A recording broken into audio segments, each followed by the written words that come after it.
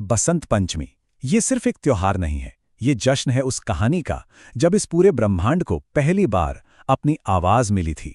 तो चलिए, आज हम ज्ञान की देवी मां सरस्वती के जन्म की उस कमाल की कहानी को समझते हैं जिसने सृष्टि की पूरी खामोशी को ही तोड़ दिया। चलिए, कहानी की शुरुआत करते हैं एक बहुत ही बड़ी प्रॉब्लम से। सोचकर देखिए, एक ऐसी दुनिया जहां सब कुछ है लेकिन आवाज नहीं। मतलब एक पूरी तरह से खामोश, एक मौन ब्रह्मांड। तो कहानी शुरू होती है ब्रह्मांड के बिल्कुल शुरुआती दिनों से, एक ऐसी दुनिया से जो पूरी तरह खामोश थी। तो हुआ ये कि कथाओं के हिसाब से ब्रह्मा जी ने इंसानों को, जानवरों को, मतलब सभी जीवों को बनाया, पर वो खुश नहीं थे। उन्हें हमेशा लगता था कि कुछ बहुत जरूरी चीज मिसिंग है। चारों तरफ जो सन्नाटा फैला था, उसकी वजह से उन्हें अपनी ही रचना अधूरी सी लग रही। जरा सोचिए, जीव जंतु तो थे, पर वो आपस में बात ही नहीं कर सकते थे। कोई कम्युनिकेशन नहीं था, और यही खामोशी ब्रह्मा जी की सबसे बड़ी चिंता थी। इसी सन्नाटे ने उनकी इतनी बड़ी रचना को भी एकदम बेजान सा बना दिया था। लेकिन कहते हैं ना, हर प्रॉब्लम का एक सल्यूशन होता है। तो इस खामोश दुनिया का समाधान भी निकला, और वो भी एक डिवाइन इंटरवेंशन से। तो अपनी रचना को पूरा करने के लिए ब्रह्मा जी सीधे गए भगवान विष्णु के पास। दोनों ने मिलकर फिर परम शक्ति यानी मां आदि शक्ति दुर्गा का आवाहन किया, और उनकी प्रार्थना सुनकर देवी तुरंत प्रकट हो गईं। और बस तभी वह कमाल का मोमेंट आया। मां दुर्गा के तेज से एक दिव्य रोशनी निकली, और उसी रोशनी से जन्म हुआ एक 4 भुजाओं वाली देवी का। उनके जो 4 हाथ थे, उनमें मानो पूरी सृष्टि का भविष्य छिपा था। देखिए, एक हाथ में थी वीणा, कला और संगीत के लिए, दूसरे में पुस्तक, ज्ञान और वेदों के लिए, तीसरे हाथ में थी माला, स्पिरिचुअलिटी के लिए, और चौथा हाथ वो था वरदान देने की मुद्रा में, जिसे वर मुद्रा कहते हैं। तो आप देखते हैं कि इस नई देवी ने उस शांत, खामोश ब्रह्मांड को कैसे और कितनी जल्दी बदल दिया। जैसे ही देवी प्रकट हुईं, उन्होंने अपनी वीणा के तार छेड़े, और उससे निकला संगीत का पहला सुर, वो सुर जिसने सृष्टि की खामोशी को हमेशा हमेशा के लिए तोड़ दिया। और उस एक धुन ने सब कुछ बदल कर रख दिया।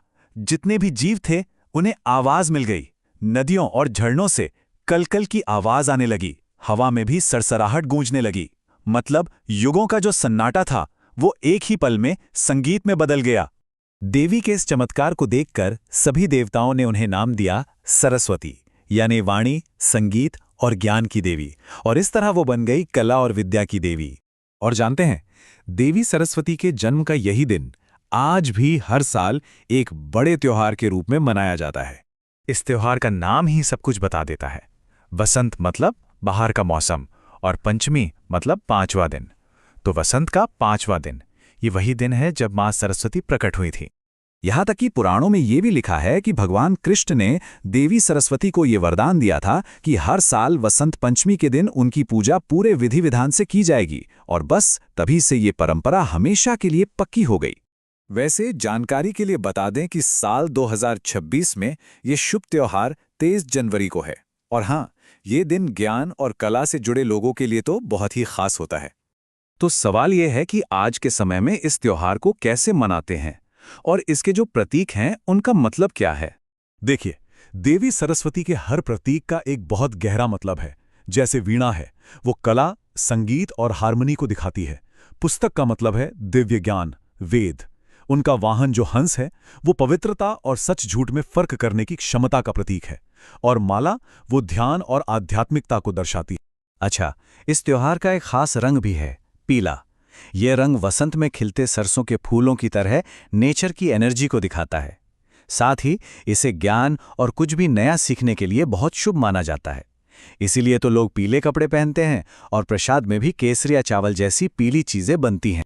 तो पूजा कैसे की जाती है? इसकी विधि बहुत सरल है। सुबह जल्दी उठकर नहाकर पीले कपड़े पहने जाते हैं।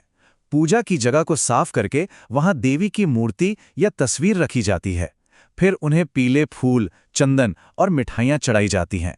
और एक सबसे खास चीज, लोग अपनी किताबें, म्यूजिकल इंस्ट्रूमेंट्स या अपने काम से जुड़ी चीजें मां के चरणों में रखते हैं, आशीर्वाद के लिए। आखिर में मंत्रों का जाप होता है और फिर आरती। इसी वजह से ये दिन स्टूडेंट्स और आर्टिस्ट्स के लिए बहुत ज़्यादा ज़रूरी हो जाता है। मतलब हर उस इंसान के लिए जो कुछ सीख रहा है या किसी कला से जुड़ा है। ये ज्ञान और क्रिएटिविटी का आशीर्वाद पाने का सबसे अच्छा दिन है।